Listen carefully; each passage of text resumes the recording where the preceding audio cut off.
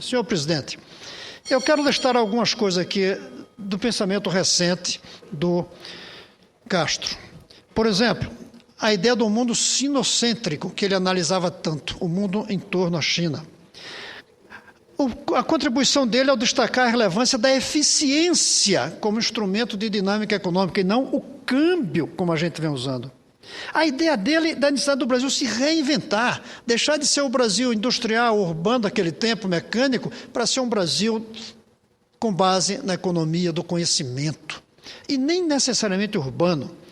Além da questão que ele falou sempre, de que o BNDES, e aqui eu uso uma expressão que eu tenho usado, não era dele, mas é o mesmo pensamento, que o BNDES não pode ser mais jurássico, tem que estar antenado com a inovação, inclusive mudando o nome para BANDES, Banco Nacional do Desenvolvimento Econômico e Social e da Inovação, sem o que não justifica mais sua função. A ideia dele de qualificar que não tem tipo de proteção que pode ser benéfica assim para a indústria brasileira, e outros não. O seu pensamento sobre a desindustrialização, ele foi um dos primeiros a falar nisso. E não a desindustrialização que deve ser vencida apenas pela proteção de uma indústria nacional antiquada, ineficiente, mas sim por uma nova indústria brasileira. O Barros de Castro foi taxativo quando dizia que somente mexer no câmbio não resolve o problema da indústria brasileira com a concorrência chinesa, porque defende, e ele defendeu, a necessidade de mudanças estruturais. Mesmo que a gente desvalorize o câmbio em 100% e os produtos brasileiros fiquem baratos, industriais, quando comparado com os chineses, nós vamos continuar com problema na balança comercial mais adiante, porque novos produtos surgirão lá.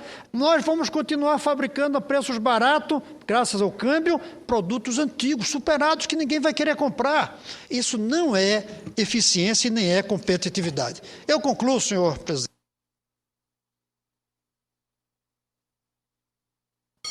Eu concluo falando para os novos economistas. Não aqueles da minha geração que aprenderam no livro do Castro e Lessa. Aqueles que já aprenderam dos livros que nós, que aprendemos com eles, escrevemos.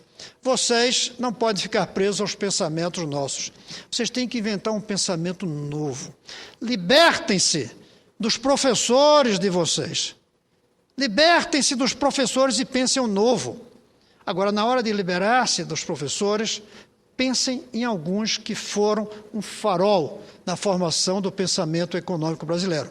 Diversos, mas entre eles, Barros de Castro, Antônio Barros de Castro, que nós perdemos ontem. Por isso, eu concluo mesmo, senhor presidente, pedindo que essa casa faça um voto de pesar a ser enviada a toda a sua família pela morte do pai, do esposo e desse grande brasileiro que foi nosso professor, meu professor pelos livros e com quem eu tive uma convivência